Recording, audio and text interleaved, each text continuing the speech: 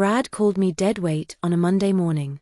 He was sipping a Red Bull and signing a drywall contract with some TikToker who once tossed himself on a ladder for views. I was halfway through reviewing our OSHA 1926.501 fall protection checklist when he slapped the folder out of my hands like it was a Jehovah's Witness pamphlet. "We're builders, Lena," he said, boots muddy, smirk muddy too. "Not paper pushers." "Right. Builders. Builders with no active insurance. No licensed electrician on a new build. No updated safety binder since our dad's funeral. But sure, Brad, lead on." He fired me 5 minutes later. Said I was too cautious for the new direction. No handshake. No goodbye. Just a coffee-stained envelope with 5 empty sentences and my name in Sharpie. I didn't argue. I didn't cry. I just looked at the office calendar, April 17th, the day our job site liability policy was set to auto-renew. That night, I logged into the insurance portal, still under my email, and unchecked one box, auto-renew. That was it. No confirmation. No fireworks. Just a quiet update. Like I was changing my favorite color, not the brakes on a moving truck. Brad never noticed. Too busy fast-tracking inspections, throwing quotes at clients, and posing like a bootleg Tony Robbins in muddy timberlands.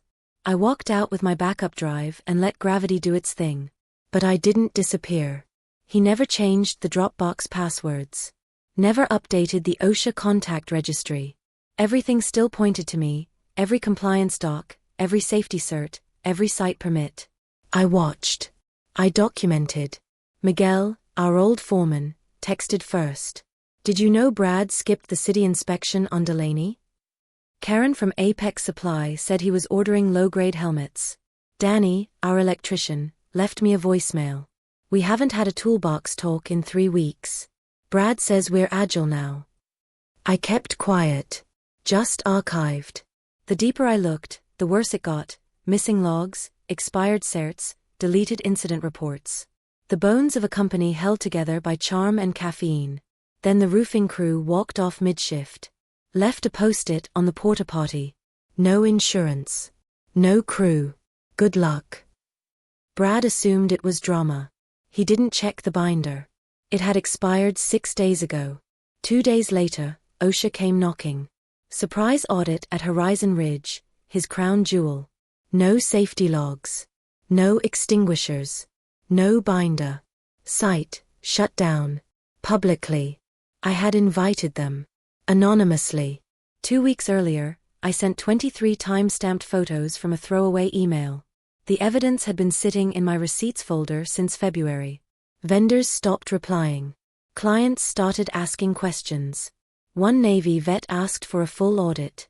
Brad lost it, emailed something snippy, tried to recall the message, too late. The client posted it on LinkedIn.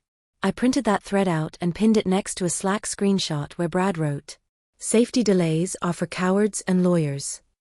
Then came the lawsuit, Riley and Riley Construction versus Lena Riley, alleging malicious interference and intellectual property theft. I called Denise, my lawyer. Steel bun, courtroom voice like a guillotine. We replied with the still active insurance certificate with my name. OSHA registry entries with my email.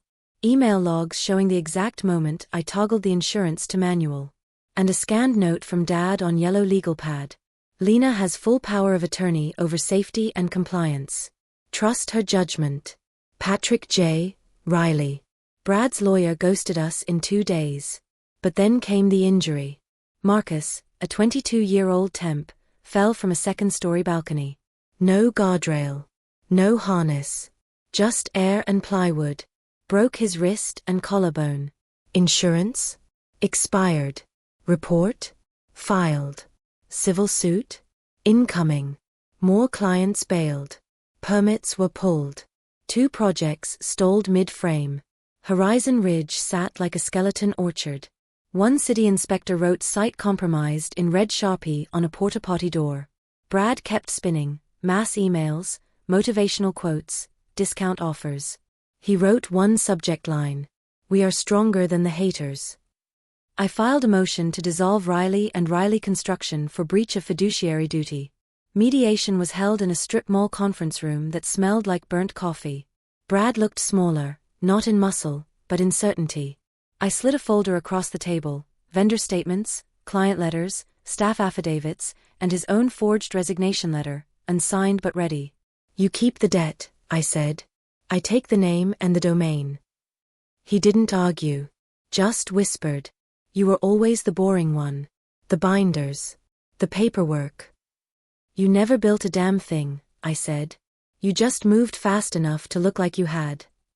The domain transfer hit my inbox 2 hours later.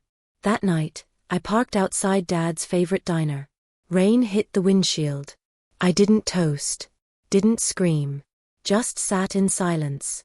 Because sometimes vindication doesn't roar. It clicks.